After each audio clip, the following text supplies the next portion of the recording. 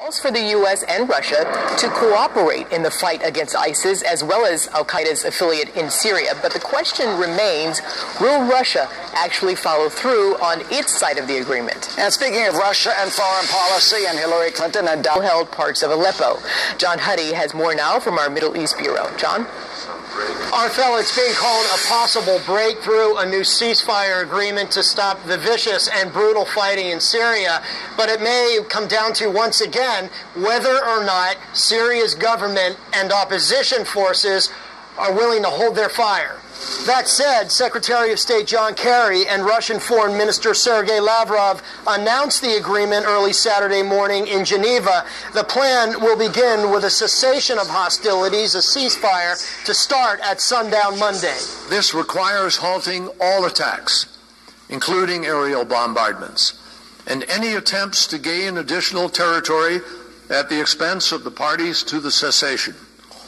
It requires unimpeded and sustained humanitarian access to all of the besieged and the hard-to-reach areas, including Aleppo. If the truce holds for 7 days, the U.S. and Russia would then begin a joint military and intelligence sharing operation combating ISIS and the Al-Qaeda affiliate in Syria, Jabhat Fatah al-Sham, formerly known as Jabhat al-Nusra or the Nusra Front. Past ceasefire negotiations have collapsed in part because of confusion over opposition groups that were part of a deal and extremist groups that were not, with both still being attacked. I want to stress the distinguishing between terrorists and majority into the document that we agreed today. But let me be clear. Out of all of this... Putin likes Trump. Honestly, I don't know the gentleman. But you know what?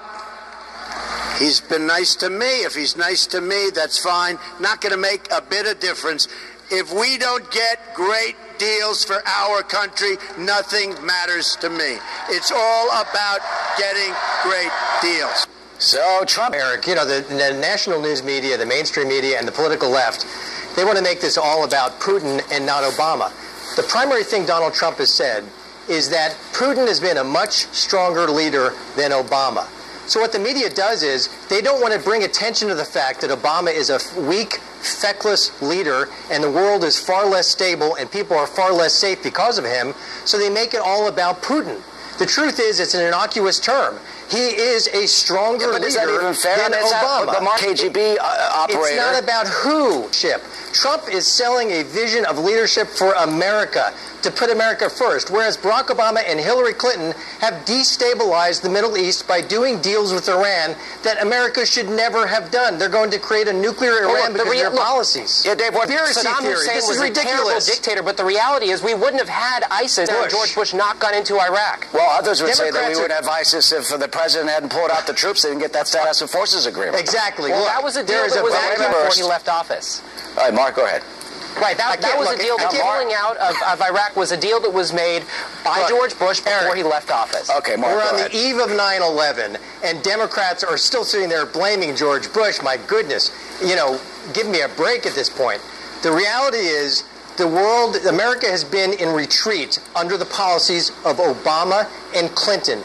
And most Americans believe we are safer, less safe because of it. In the Fox News poll, Eric, 80% of voters, 80%, said that it is somewhat, at least somewhat likely, that a terrorist attack will occur on our soil, killing many Americans. Why is that? Because voters feel less safe because of Obama and Clinton policies. They've destabilized the Middle East. They put Israel at risk.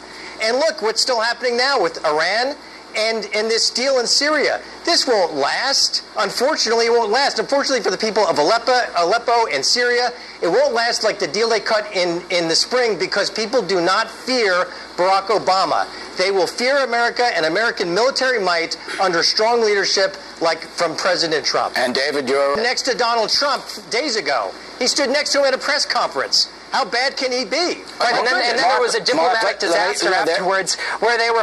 That is a good point.